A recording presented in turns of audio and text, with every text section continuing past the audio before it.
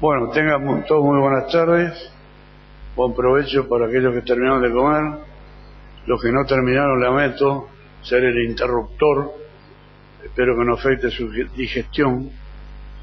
En realidad no es una corrección, simplemente para que no tenga dudas sobre mi edad. Yo llevo ya en marzo del año pasado, cumplí 60 años ininterrumpido en el periodismo, empecé a los 16, o sea que ahora el 18 de febrero cumplo 77 años y todavía sigo, probablemente haciéndolo mal, pero sigo.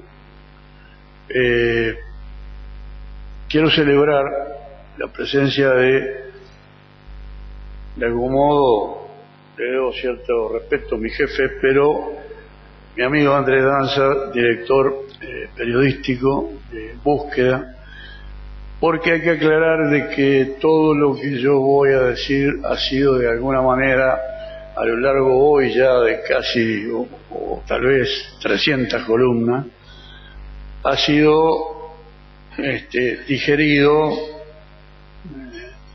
y esto es apenas un resumen. También celebro la presencia de algunos amigos que quiero especialmente, Amadeo, a quien agradezco su presentación. Una corrección, escribí 9 libros, no 6, pero bueno, no gané un peso, con el último perdí como loco. Y terminé resignando una cosa que un viejo como yo no debería, que el libro, que resume las primeras 50 y pico de columnas de Búsqueda, que son las que están cronológicas, o sea que la aventura de Tango se desarrolla cronológicamente, se puede entender. Hoy día, cada semana, son columnas sobre aspectos distintos, que yo trato de hacer entretenido, después cada lector dirá si sí o no, pero sobre hechos puntuales, personajes, circunstancias y todo lo demás. Lo tuve que hacer en Amazon electrónico, porque no, la verdad no conseguía editorial que me lo financiara. Lo único que logré es que Amazon cediera en papel alguna cantidad de ejemplares gratuitamente, que yo también gratuitamente distribuí entre mis amigos, entre algunos amigos, porque fueron pocos libros. Con el último, que creo que es un libro bastante original, que es un libro sobre poetas, entre tú y yo, me fue muy mal, porque fue una de esas asociaciones que hoy se hacen muy frecuentemente. El editor lo llena a uno de argumentos sobre la venta directa, cómo se puede vender en presentaciones, en actos culturales y todo lo demás. Uno entra por el aro y después termina descubriendo que tiene que pagar la totalidad del libro.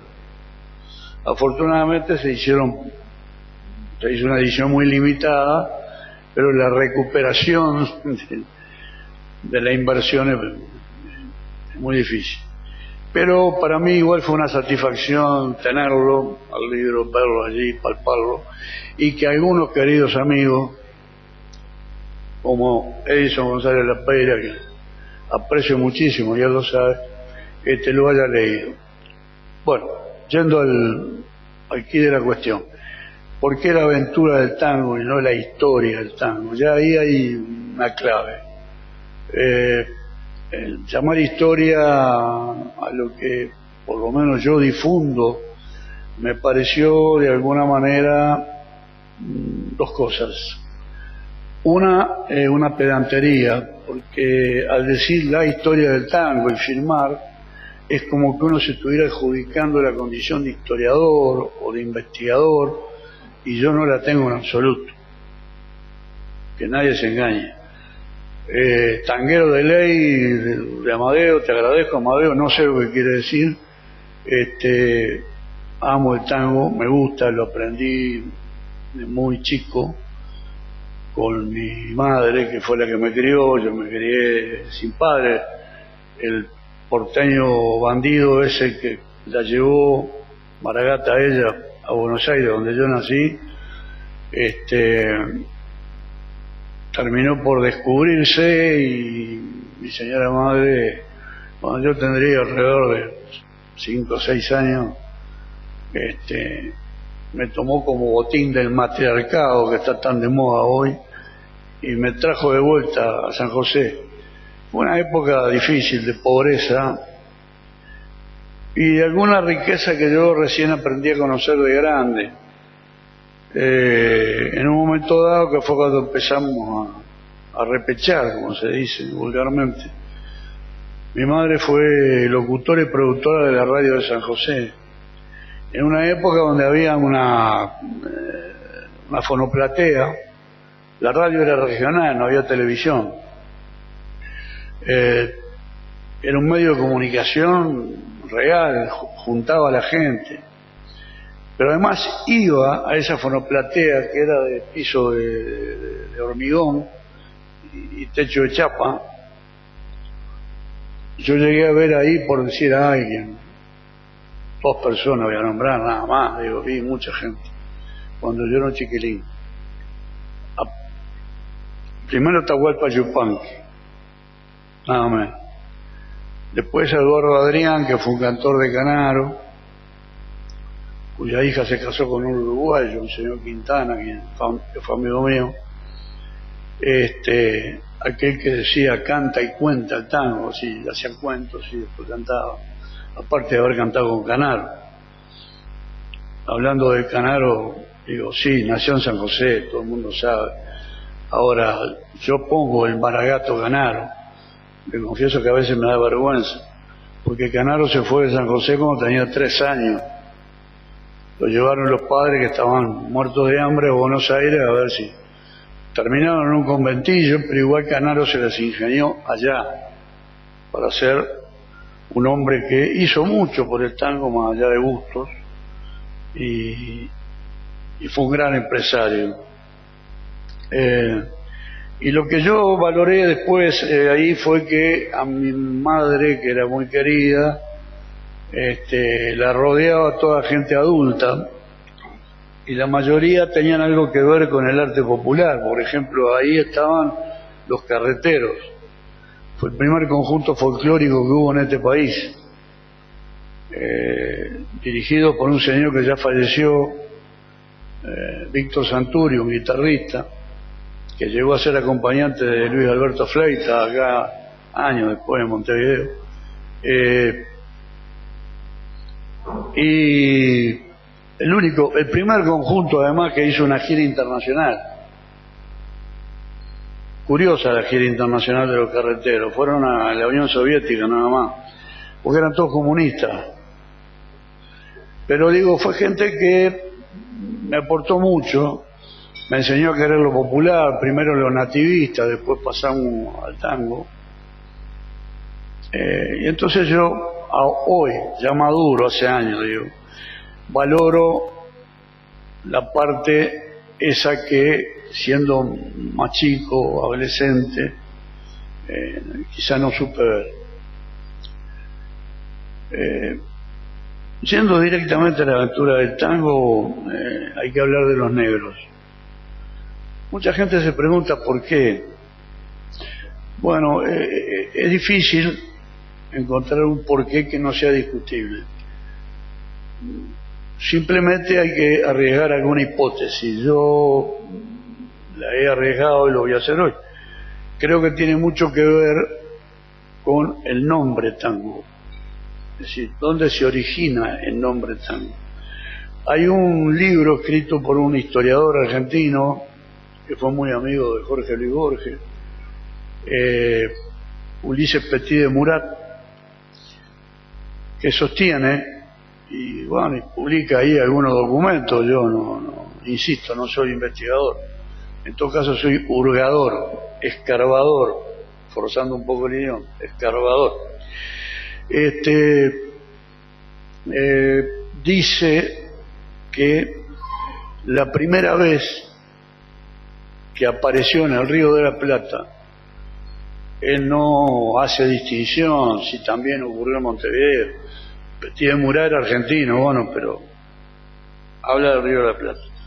la primera vez que se vio en un cartel la palabra tango o tangó, acentuada en la O, casa de tango, tangó, sitio de tango, tangó, fue hacia finales del siglo XVIII.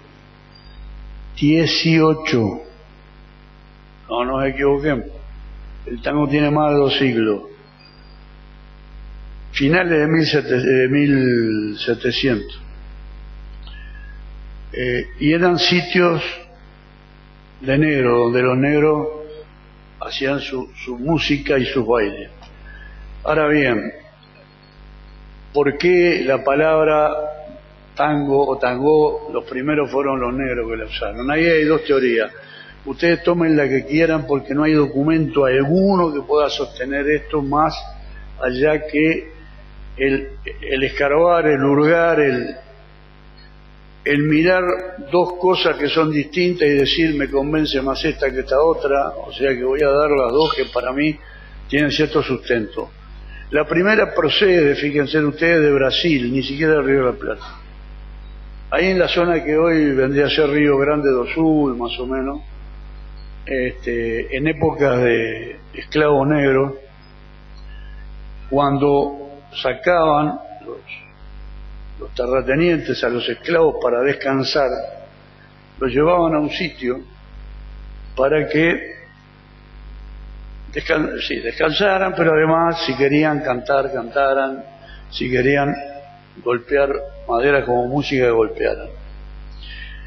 El lenguaje quimbembe, dialecto quimbembe, uno de los dialectos africanos de tantos esclavos que vinieron acá, ese sitio se llamaba Quilombo. Esto es curioso porque la palabra quilombo, la picardía rioplatense, muchos años después, la terminó asimilando como sinónimo de prostíbulo, cuando en realidad no tiene nada que ver. El lenguaje quimbembe o dialecto quimbembe quiere decir sitio donde los negros hacen sus rituales. Entonces ahí la teoría dice, o la hipótesis esta dice que los cantos sonaban guturales y el golpeteo era de maderas que conseguían por ahí, acompañaban esa guturalidad, digamos, y el conjunto generaba un sonido onomatopéyico que era algo así como tango, tango, tango. Ya en época de libertad de esclavos, muchos de Brasil vinieron al Río de la Plata y puede ser que de esa influencia se haya originado la palabra tango. La otra hipótesis es muy sencilla, más corta y quizá más probable. No lo sé. Dice que nació de la dificultad, en una conversación casual. Vos y yo estamos hablando, Edison, solo que somos negros, y se nos presenta una dificultad para pronunciar en castellano la palabra tambor. Entonces nos sale tambor. Vamos negro a tocar el tambor. Y de tocar el tambor, vaya a saber por qué misterio de influencia de otra gente, en esos grupos salió la palabra, primero tango y después llegó a corregirse a tango sin acentuación. Insisto, elijan la que quieran. Ahora, ¿qué se hacía en esos sitios?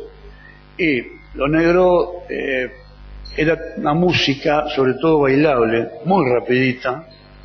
Si tuviéramos que, para alguien que entienda algo de música, yo no entiendo demasiado, tengo un poco de oído, pero depende, a veces tengo que limpiarme con los cotonetes, ¿no? Vendría a ser algo compuesto en compás de 2x2, es decir, era muy rapidita, bailable, picadita, saltarina, y después estribillo prácticamente indescifrable.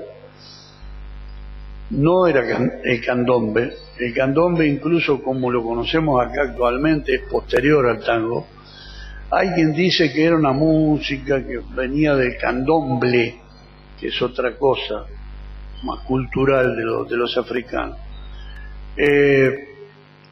Hasta ahí lo negro. Pero ¿qué pasa? Los años pasan, las décadas pasan, y el Río de la Plata se llenó de corrientes inmigratorias que fluyeron como una enormidad. Entonces empezaron a aparecer otras influencias, porque cada corriente migratoria traía lo suyo.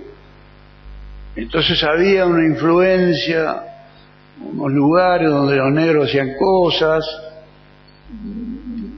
la palabra esa que andaba girando, pero después empezaron a aparecer los napolitanos que traían la canzoneta italiana, apareció la habanera, apareció la mazurca, la polka, ciertos tipos de música andaluza que trajeron algunos gitanos.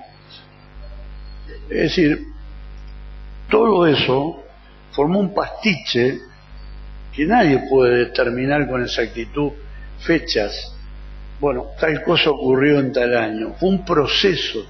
Pero fíjense que para llegar al momento en que tango se convierte en la palabra tango, no solo, sino además en el hecho musical que conocemos como tal, y empieza su evolución larguísima.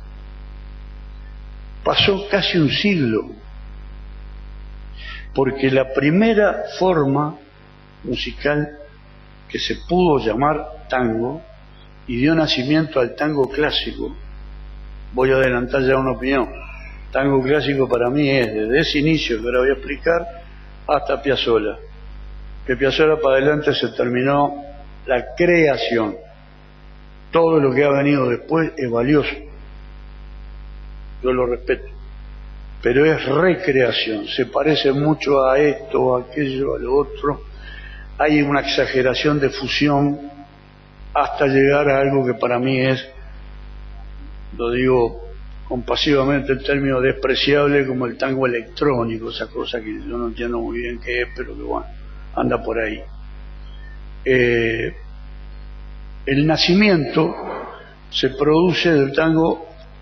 Y no hay tampoco documentos firmados sobre esto, ¿eh? Lo que hay es un raro consenso entre historiadores importantes, investigadores y entendidos, con muy poca fisura, prácticamente indiscutible. Se produce el nacimiento de la Guardia Vieja, primer hito en la historia del tango, tomando todo lo que había venido, el pastiche aquel. Imaginen ustedes la mezcla. No descuiden el aporte nativista que también existió, se mantuvo. Fue muy importante. Las vidalistas, los estilos. Después les voy a contar una anécdota de Pugliese sobre el tango de la Cachila de Arola, con respecto a esto. Entonces, ¿cuándo nace la Guardia Vieja? Bueno, hay acuerdo, consenso. Año 1897. Recuerden el año que yo les dije que los negros habían empezado con algo. Un siglo pasó. ¿Qué pasa en el año 1897? Un afrodescendiente, qué casualidad, pero que sabía música, estrena El Entrerriano, Cayetano Rosendo Mendizábal, en un local de Mala Muerte, de María la Vasca, donde en general se empezaban a tocar este tipo de cosas, como en los prostíbulos y cafés o bares de Mala Muerte, porque obviamente la clase media, la burguesía, la alta sociedad, el patriciado, la aristocracia despreciaba el tango, a veces con hipocresía. Había señores aristócratas que le decían a la esposa: no me esperes esta noche, querida, tengo un encuentro con los muchachos para jugar bridge. Y se iban a lo de María la Vasca y bailaban tango y conseguían señoritas ligeras de costumbre En fin, había cierta hipocresía. La Guardia Vieja, a ver, tiene varios. Mendizábal fue el primero. Además, el entrerriano es el primer tango compuesto en 3 partes. Hasta ese entonces no había nada hecho de esa manera. En la Guardia Vieja convergen una cantidad de gente que converge, una cantidad de gente que ustedes deben conocer. Villoldo, un uruguayo, Eusebio Gobi, que fue pionero con su esposa, la chilena Flora Rodríguez, de la conquista de Europa por el tango, padre de Alfredito Gobi, el violín romántico del tango, los hermanos Pizarro, bueno, Pecci, Bevilacqua, el autor de Emancipación, Santa Cruz, el autor de Unión Cívica, una multitud de gente, y eso fue desarrollándose. Y el tango se hacía, recuerden lo que dije de los negros, saltarín, bailarín, 2 por 2. El tango ya con Mendizábal empieza a componerse 2 por 4. ¿Y qué pasa esto de 2 por 2, 2 por 4? A ver, yo ni tengo los conocimientos musicales para explicarlo técnicamente, pero voy a emplear un ejemplo que sea admisible para cualquiera. Cuanto más apretados los compases, más rápido la música. Entonces 2 por 2 es saltarín, 2 por 4, a ver, 2 por 4 si lo lleváramos a la época relativamente actual, qué sé yo, habría sido D'Arienzo, De Angelis, Héctor Varela, acá Donato Raciati. Sin embargo, curiosamente, y vean qué complejo todo esto de la aventura del tango, a mediados, hacia fines de la década del 10, o sea, no tan distante, todavía estaba la Guardia Vieja, y la mayor parte de los compositores componían en 2 por 4. Aparece Eduardo Arolas, y en determinado momento, Arolas, que fue llamado el Tigre del Bandoneón, que no era un muy buen ejecutante, pero era un inspiradísimo compositor, empezó manteniendo el ritmo de todas maneras para que fuera bailable, porque esencialmente hasta entonces solo se pensaba en el baile y en la música. Arolas empieza a componer 4 por 8. ¿Qué es lo que logra? Lo hace un poco más elaborado, más lento, el tango. Logra que de todas maneras sea bailable, y mete aportes de muchos lugares. La anécdota de Pugliese que yo les dije, y hablo de Pugliese porque lo entrevisté, un día me dice: mire, usted no debe olvidar el aporte nativista del tango. Mire, le voy a poner la cachila de Arola, a ver si escucha el aire de Vidalita que se mezcla ahí a partir de la segunda parte. Bueno, puso un tocadisco, un disco de vinilo. Yo la verdad que la primera vez que lo escuché no escuché la Vidalita por ningún lado. Pugliese tuvo la paciencia de volverlo a poner y decirme: escuche ahora y vea el cambio en este acorde. Y ahí empecé, a la tercera vez comprobé que había un aire de Vidalita dentro de la composición del tango La Cachila. O sea que la evolución nunca se detuvo. Hasta ahora yo he hablado, y voy a seguir hablando, de la música. No he dicho una palabra de la letra. Sin embargo, ya estoy hablando de Arola, estoy hablando de la década final de la década del 10. Obviamente para entonces se habían escrito letras de tango. Tristemente, para la historia del tango, en su enorme mayoría no eran estribillos, y estribillos profundamente procaces, prostibularios, algunos profundamente groseros. O, cosa que pasó con Villoldo, letras autorreferenciales, sin argumento. Por ejemplo, la morocha o el porteñito. Entonces, ¿cuál era además la forma verbal más usada? El lunfardo, otro producto de la inmigración. El lunfardo es un dialecto que no tiene gramática, ustedes saben eso. Hay que usar artículos, preposiciones del idioma español, porque si no, o sea, no se puede armar una frase en lunfardo. El lunfardo son palabras sueltas que en general tienen la riqueza de representar, a veces graciosamente, a veces no tanto, ideas incluso.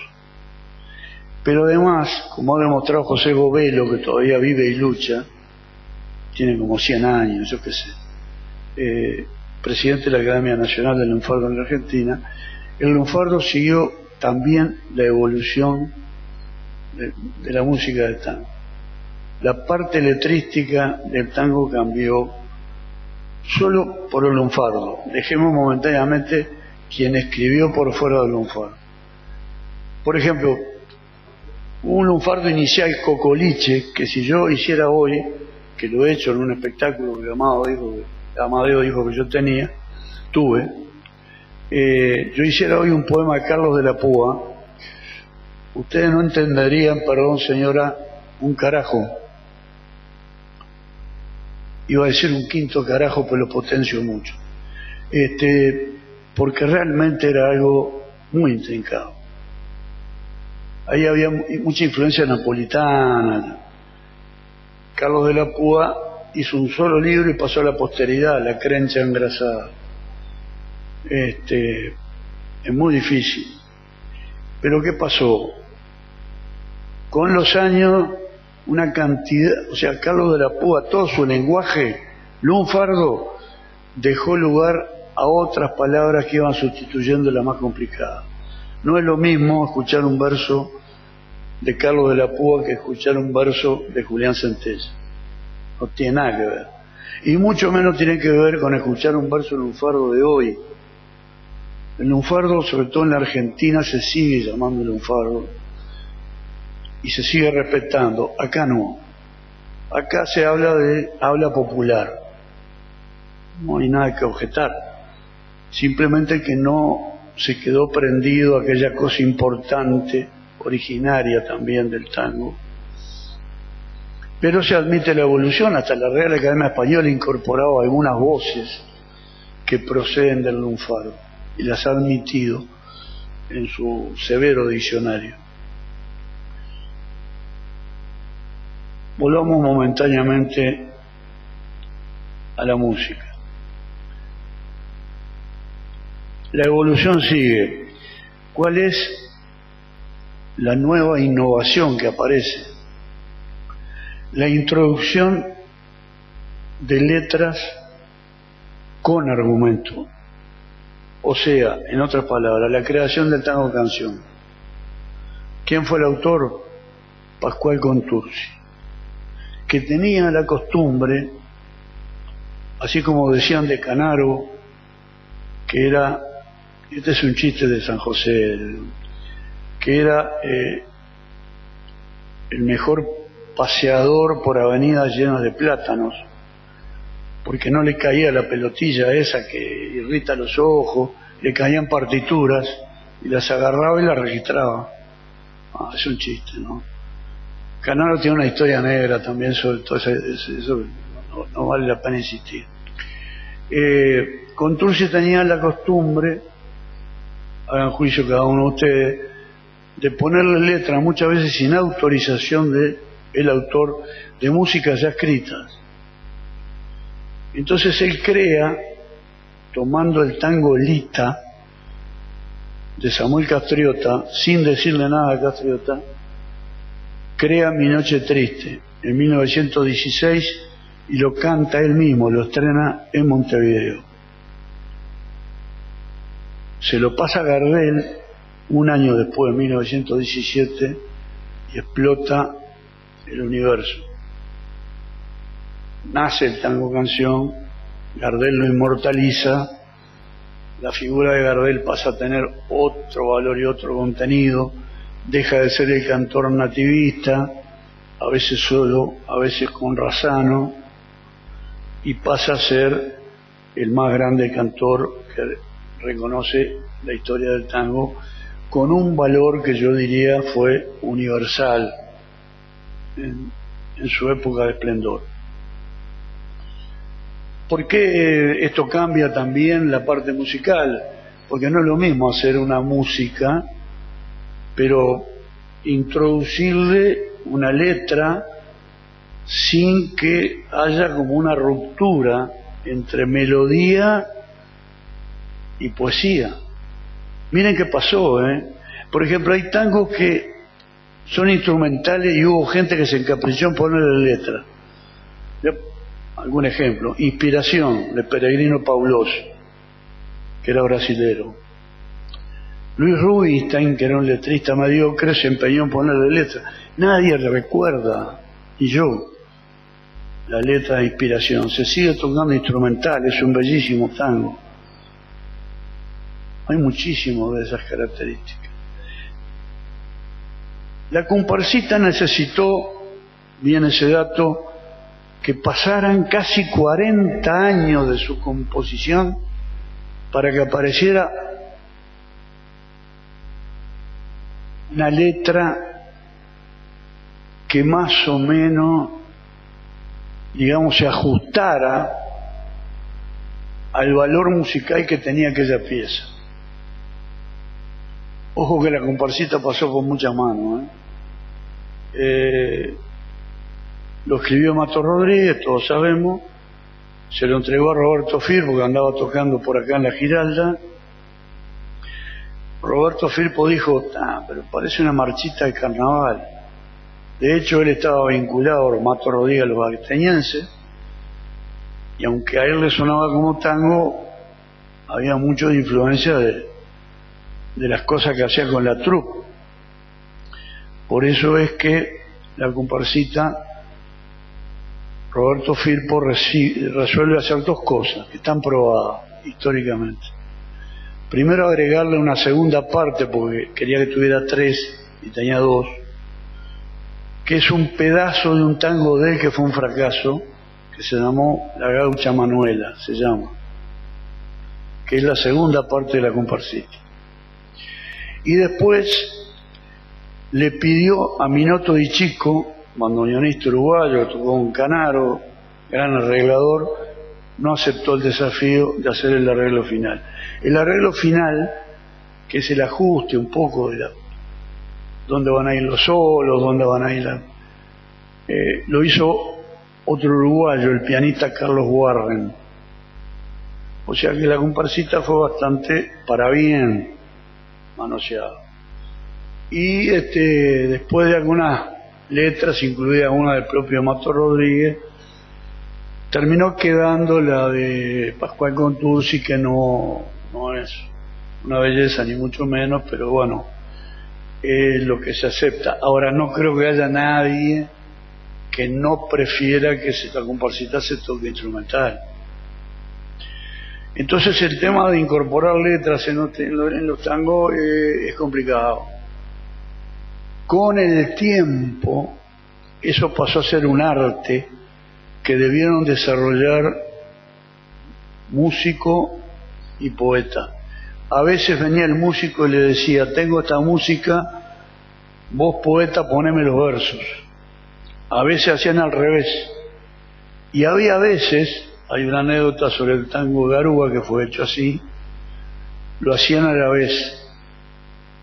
Cadícamo y Troilo hicieron Garúa en lo que se llamaba la Rebotica del Tibidabo.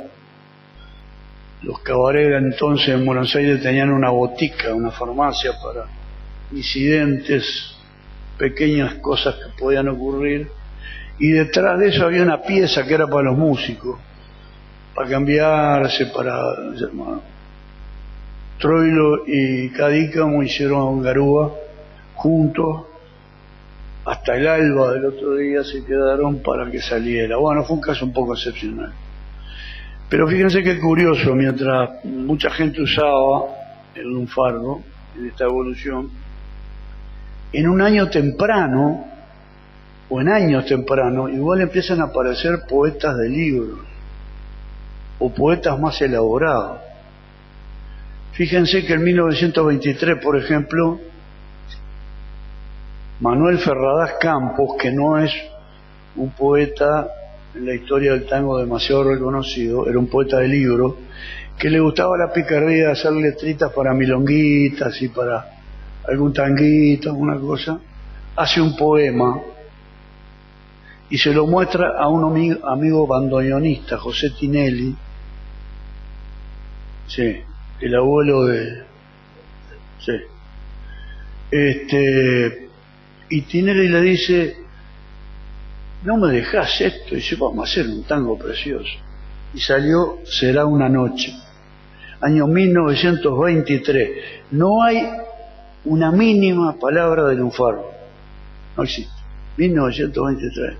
Viejo ciego de Homero Mansi, que fue el poeta tal vez más depurado, más romántico, más sentimental, el mejor para mí, esto es subjetivo, escribió Viejo ciego, su primer gran tango, en 1926.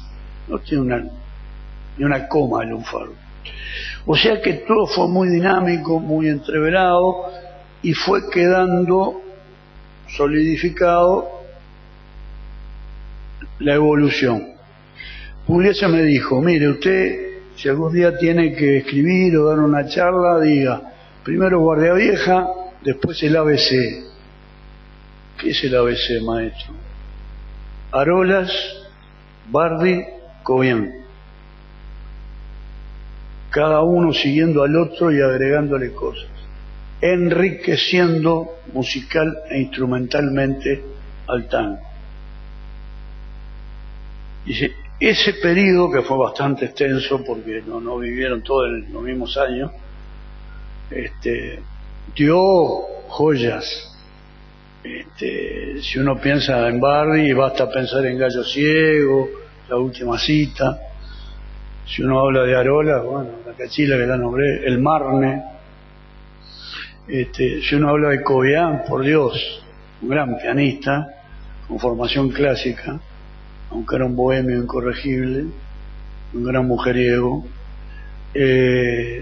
La casita de mi viejo, El motivo, que fue el primero que escribió, Nieblas del Riachuelo, en fin, nostalgias.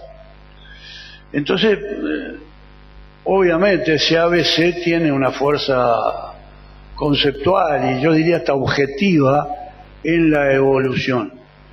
Mientras tanto seguían obviamente habiendo cultores del tango que tocaban, ejecutaban, creaban de otra manera. Hasta, redondeo, viene complicado, hasta que viene el hito de, no veo a la gente interesada, entonces yo dije, bueno, vamos arriba. Tiramos un puñadito de papelito más. Entonces me decía el maestro Pugliese, bueno, vino el hito de Julio De Caro, no solo de Julio era el del violín, que inventó el violín corneta, pero el verdadero creador de una forma evolucionada más todavía de tocar el tango fue su hermano Francisco, el pianista. Fueron los autores de los ligados, que se llama ligados, digamos, al entrelazamiento de distintas líneas de instrumentos, los solos haciendo cortes, los silencios, las partes más arrastradas, digamos, hizo un tango nuevo, al punto que Pugliese me dijo ese día, Desde Caro para acá, hasta Piazzolla, todos somos decarianos. Yo para ir cerrando voy a decir que tengo una pequeña, no divergencia, ¿cómo voy a tener divergencia con Pugliese? Pero me hago una pregunta. De Caro empezó a tocar obviamente a principios de la década del 20, ¿no? Pero fue influyente en los demás a partir de 1926 más o menos. 2 años antes, en 1924, Osvaldo Pugliese había escrito a los 19 años y se lo registró el padre Armando porque hasta los 21 no podía, el tango Recuerdo, que es una absoluta renovación instrumental, pianística primero, y de encadenamiento del sonido de los bandoneones creciente que se haya escuchado en la historia del tango. Entonces uno se pregunta, bueno, sí, de Caro tanto, pero había un tipo que a los 19 años hizo esto, ¿no? Y pasa que Pugliese era muy humilde, muy modesto, muy dejar, bueno, para mí creó un estilo. Finalmente aparecieron los poetas de primer nivel, se fue dejando el lunfardo, paulatinamente apareció Meromansi, apareció Cátulo Castillo, apareció el más prolífico de todos, también un poco desparejo, Enrique Cadícamo, que vivió 99 años y debutó entregándole a Gardel pompas de jabón, que después quedó reducido a pompas, y Gardel lo miró y le dijo, pibe, qué lindo tango, te lo voy a grabar.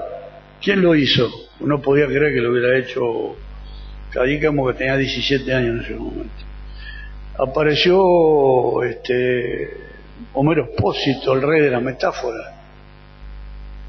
Yo puse en una reciente, o está por salir, no recuerdo, perdóname Andrés, una referencia a que Emil Cioran, el enorme novelista, le gustaba el tango y solía decir que Espósito había hecho en Naranjo en Flor una suerte de tratado filosófico y utilizaba una frase exclusivamente: primero hay que sufrir, hay que saber sentir y después andar sin pensamiento, más allá de aquella gloriosa cosa brevísima de 3 tiempos verbales en una cortita frase: hoy vas a entrar en mi pasado. Bueno, apareció toda esa gente más otra que no voy a nombrar, y el tango se dividió, a mi juicio, en 2 corrientes. Aparecieron finalmente los grandes renovadores. El primero fue Eduardo Rovira, que hizo un tango mucho más intelectual que Piazzolla, un ejemplo sónico, un tema muy difícil de digerir. El problema es que Rovira se murió a los 55 años, entonces nadie se acuerda de él. Hizo un monumento que se llama A Evaristo Garriego, que tocado por Pugliese suena como una orquesta sinfónica y una sinfonía. Y después Piazzolla también. Digo, los 2 grandes renovadores finales. Salgán fue anterior. Salgán lo que introdujo fue elementos sacados del jazz, básicamente, al que amaba, igual que Cobian, y le dio al piano una agilidad como instrumento director de la orquesta. Es decir, la que marca los tiempos, los enganches, los ligados, etcétera. Cosa que no era habitual en el tango. En general se le daba prioridad al bandoneón, que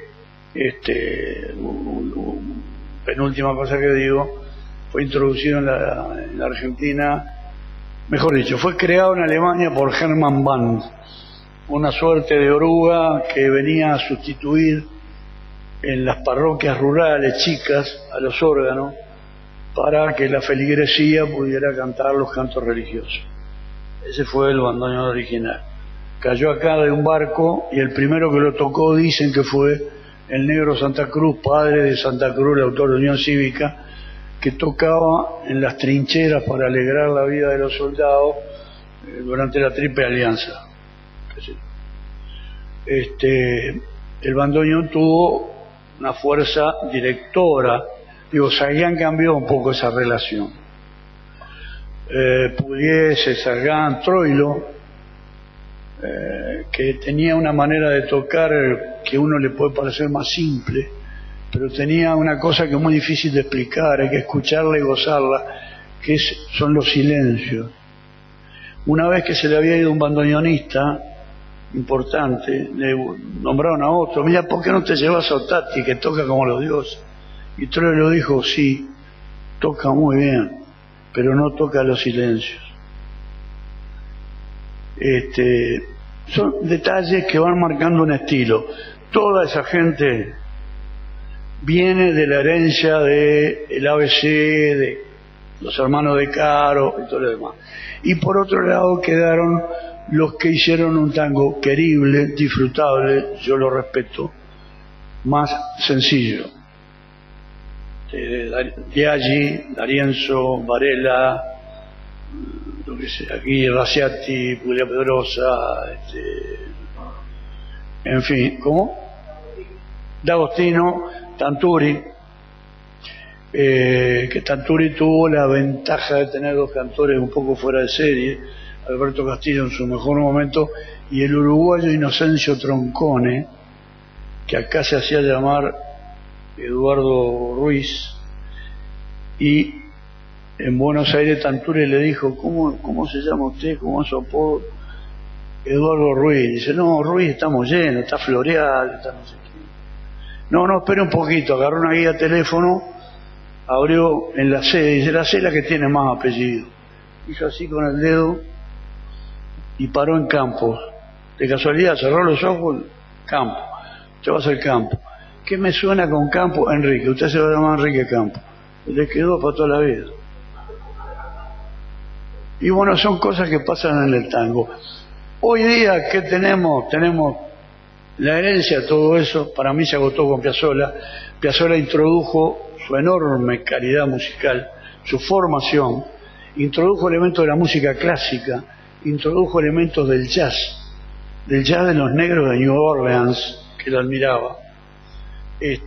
Fusionó mucho y creó obras memorables, por mencionar solo una, que para él era la que más le gustaba. Siempre dijo: toda la vida quise hacer algo mejor que esto y no pude, que es Adiós Nonino, el tango que hizo en memoria por la muerte de su padre. Libertango, que es otra cosa, tiene si se quiere un estilo más piazzolesco, más pero Adiós Nonino es una belleza, la toque quien la toque, salvo que se esfuerce por tocarla mal.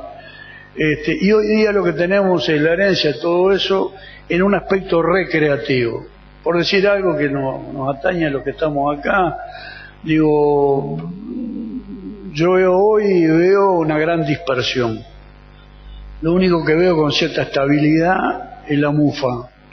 A mí me encanta la mufa, aunque hacen un tango muy parecido a... no importa, pero me encanta. Y me encanta su búsqueda. Por ejemplo, tuvieron un espectáculo que lo llevaron al exterior, todos temas de Eusebio Gobi, temas viejísimos, arreglados como para esta época. Estaba el trío La Yunta, donde está, o estaba, porque van y vienen, yo no sé si están o no están, la mejor pianista que para mí existe de tango en Uruguay, que es Mayra Hernández, el bandoneonista Sergio Astengo, no me acuerdo ahora del contrabajista. Y después hay como recombinaciones, sale uno de un grupo y se junta con otro y forman algo para acompañar a alguien. Los cantores pasaron a tener un protagonismo, salvo en la mufa, que no tiene cantor, decisivo. Hay buenos cantores, Eduardo Olivera, el Maragato, que ya no canta más, está muy enfermo, gran amigo personal, Juan Carlos Tagliabue, y mucha otra gente. Las mujeres, acá tenemos, porque todavía canta, Olga de Grossi, tuvimos Nina Miranda, está Gabriela Morgare, digo, los cantantes han adquirido mucha importancia. Es recreación pura. Voy a termino porque me va a correr Amadeo. Su actitud es amenazante, lo cual me preocupa por mi integridad física. Vos tenés que defenderme, Andrés. Correte un poquito, ahí está. Bueno, si alguien quiere una pregunta, que no demore mucho esto, bueno, muy amable, muchas gracias.